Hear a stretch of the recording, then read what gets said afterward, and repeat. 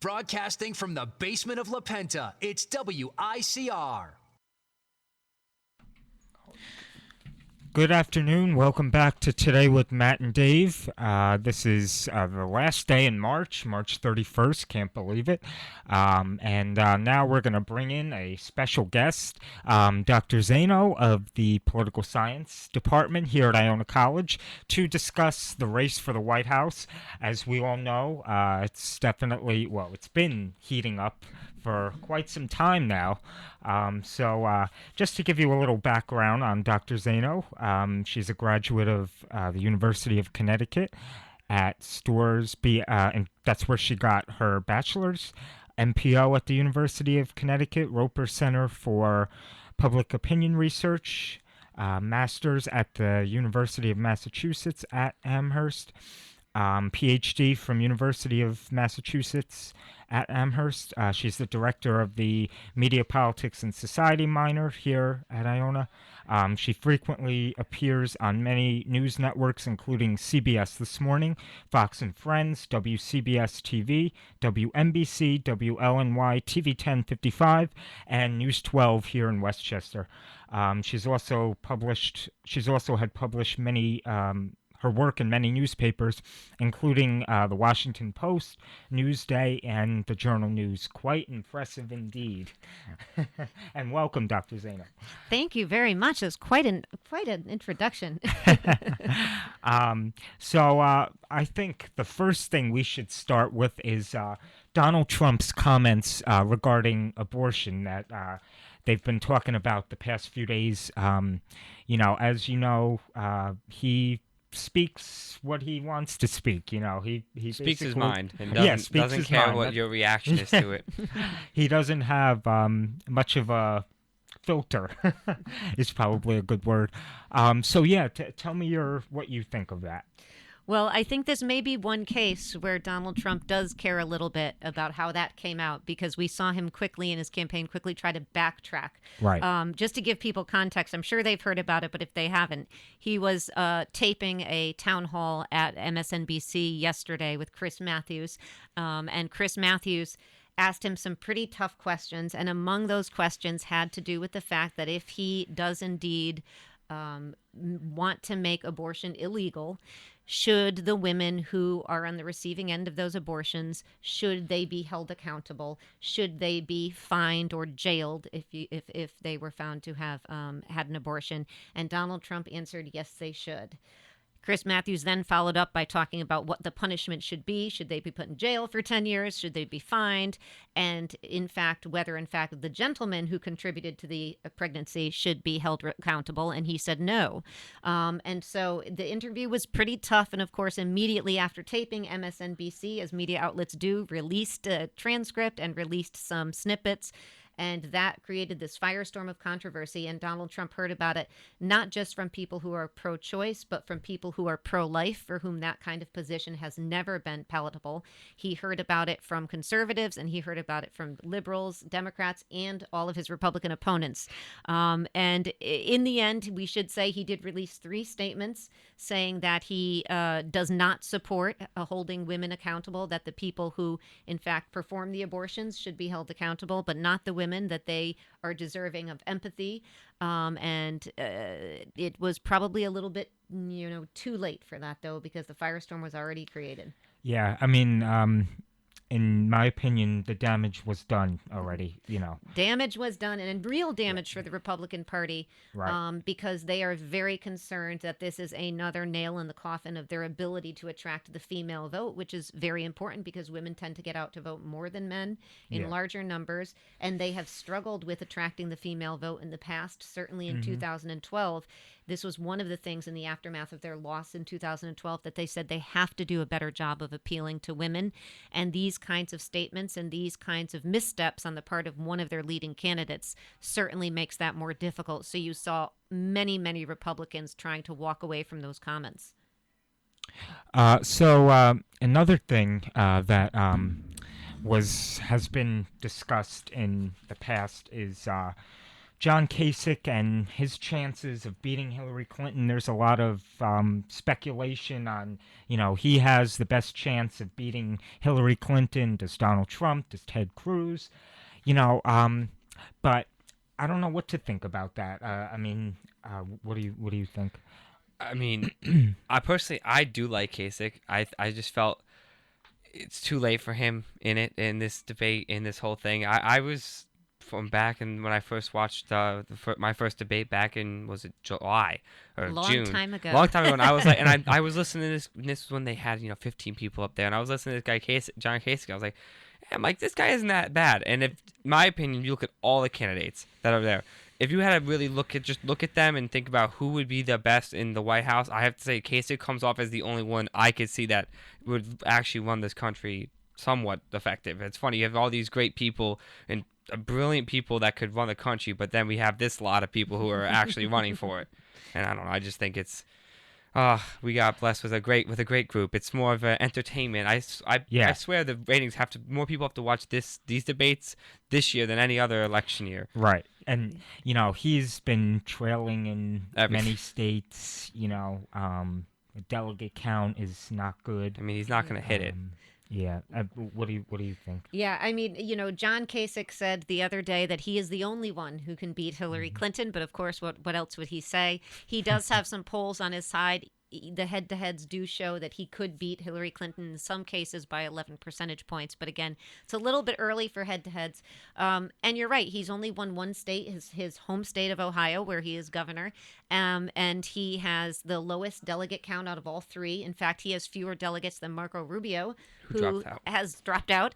That said, John Kasich has persisted because he feels like, and there is truth to this, that if this thing does go to the convention and we have a brokered convention, he is one of the likely people to be considered as a nominee. Because one of the things that is important to understand is that at this point, certainly John Kasich cannot win based on a delegate count. He would have to win, I think it's now 150% of the remaining, and that's impossible for those of us who aren't good with math. Ted Cruz would have an uphill battle. He'd have to win about 60-70%, not going to happen. Donald Trump would have an easier time, but still a difficult time to getting to 1237 at this point. So in John Kasich's defense, it looks like it'll be a brokered convention, and as the party keeps saying, it is not the voters who determine who is going to be the nominee of the party. It is the delegates who attend the convention. And when that's the case, they could very well choose to go with a John Kasich or, somebody else, whether it's a Paul Ryan. Yeah, I mean, Mitt Romney again. I don't know about that, but no, I was actually watching last week over break. I was watching The Five, and they were talking about this whole, if it goes to it, and they all came to the consensus that if Trump does not get 1237, he's not going to get it, which and they were then talking about who are they going to go with, and a lot of what kept coming up was, and what they said some other Republicans have talked about, is if they have to go then and go to and vote, they're going to take Cruz because they'd rather lose with their man than lose with a wild card against Hillary. And something funny I was reading about, I forget where it was, someone on Facebook, someone posted it, and it was about just going to the Democratic side with Hillary and Bernie. And I know some people have said, Bernie just sit down, Hillary's got the numbers, but what I saw one of the polls, they have Bernie beating everyone on the Republican side. So my mom made a funny comment. She goes, "Why doesn't Hillary just sit down and let Bernie take the nomination? Because Bernie beats everyone in all the head-to-heads. It'd be stupid for him not to get the nominee, because he wins in every scenario. Where Hillary against someone like Cruz, it's very tight." So I thought that was just kind of funny when I'm reading that. I'm like, yeah, it's interesting. I love the fact that you talk politics with your mom. What a good mom. I love that. But just in case any of our viewers don't know, there are, like Dr. Zano said, 1,237 delegates to win nomination on the Republican side. Donald Trump currently has 735 delegates. Ted Cruz has 461. Marco Rubio, who dropped out, had 171. And John Kasich currently has 143. And then on the Democratic side, it's 2,383 delegates to win nomination. nomination. Hillary Clinton currently has 1,243, and Bernie Sanders has, I think this changed, 1,004. Yeah, and I don't know when those numbers are from, but he Yeah. did very well in the, even though there were a small number of delegates, he won out west over the weekend. Yes. So he Right. got Hawaii, Alaska, and Washington. And those were all bigger wins, which That was really impressive. Like he swept those states. I mean, He swept those states, and he Yeah. won by huge margins, even though, again, the number of delegates at stake in those states is were small. smaller. Yeah. And they were caucus states. It was a big win for him and gives him a lot of momentum going into the all-important Wisconsin primary, which is next Tuesday, April 5th. And then out of that, we get to New York. April 19th is our big primary. And Yeah. it's setting up to be one of the most important we've seen in decades, because usually by this point, we kind of know who the nominee is going to be. It's wrapped up, and nobody pays much attention to New York. But this year, it's gonna definitely. it's going to be it. Yeah. You know, we got 3 New Yorkers on the ballot between Hillary Right. Clinton, Bernie Sanders, and Donald Trump. So it's exciting. Well, I think it was interesting because I don't know, when I look at these delegates on the Democratic side, you have the super delegates. I don't know. I just like to take them out and just then look at the delegate count actually, because at one point when Hillary was up by, it was like 500, and it's like, well, if you take the super delegates out, Bernie's right there. I mean, right now, if you look at the numbers, you take out the super delegates, Bernie is right there. I think, like you said, winning out west. I mean, he knew he wasn't going to win down south. It was kind of known, but him winning those out west was big, and it's definitely going to be interesting to see. One thing, I don't know, this is just me not being a political science into a major in that, or really knowing too much, but in some states where, like in California, isn't it like 500 and something delegates for the Democratic side? Why is it so many more for the Democrats, and then like in the Republicans, it's like 170? That's one thing I never got. Like, how come for the Democrats, they need 2,300? Like, that's just, it seems like there's so many more Democratic delegates available, and why is that over? Why don't they just have the same on each party?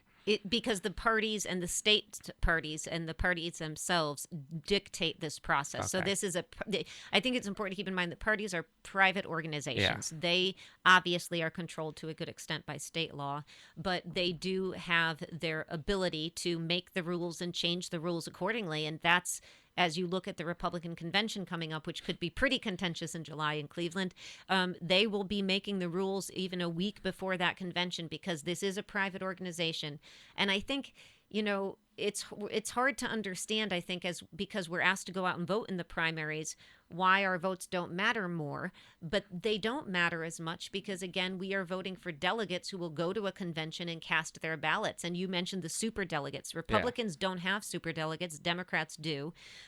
Republicans, I would imagine, may consider having super delegates as we go forward into the next election cycle, because if they had them, Donald Trump would not be in the leading position he's in. So, these are determinations the parties make because it is their attempt to control their own nominating process. Yeah, it's really all this delegate counting. I've heard in different states they had trouble. I think it was Arizona. Like the polls were so overflowing, and they kind of didn't have enough places to vote, and that's a major problem in some of the states, and that shouldn't be, because then that messes up the count, and it's not fair in my opinion. Yeah, it's not fair, and you disenfranchise people. And, this is a huge problem across the country. You mentioned Arizona, very long lines, not enough ballots.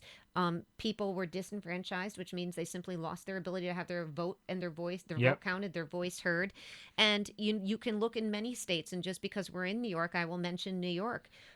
If you want to participate in the April 19th primary, you have already missed the deadline to register to vote. And that is ridiculous. Many states now have same-day voter registration. There is no reason New York should say you have to have been registered a month in advance, because it disenfranchises people. And, it makes it difficult, particularly for young people who are transient, in many cases moving from place to place in pursuit of jobs and their education. It makes it difficult to have their voices heard. And so New York has among the most antiquated voting laws.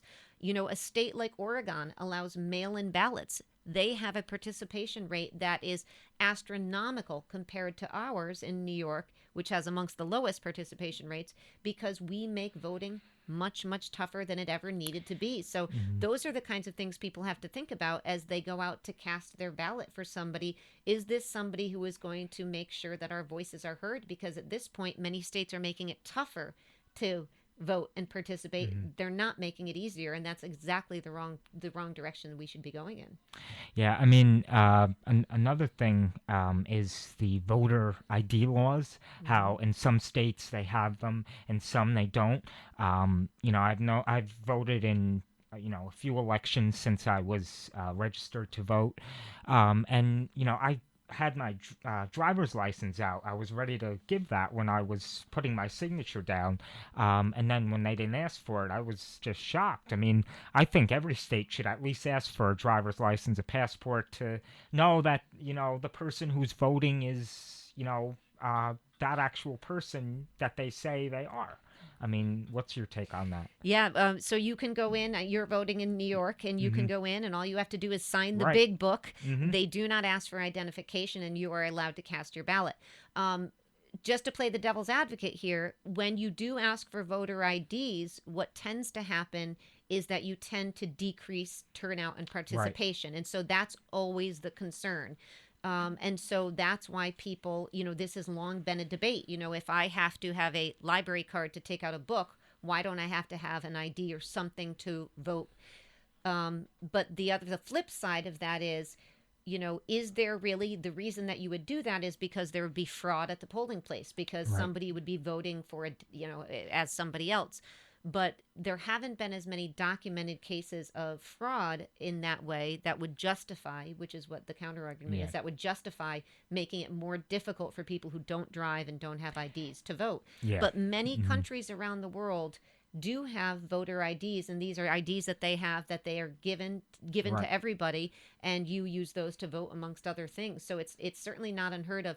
Some states are starting to do it, but again, it's controversial. Texas, for instance, tightened up its voting laws, and amongst other things, they said you need to have a voter ID to vote and to participate, and they wouldn't allow student IDs to be used, but they would allow gun registration permits to be used. And so that, of course, raises the question as to who are they trying to invite in and to keep out of the polls.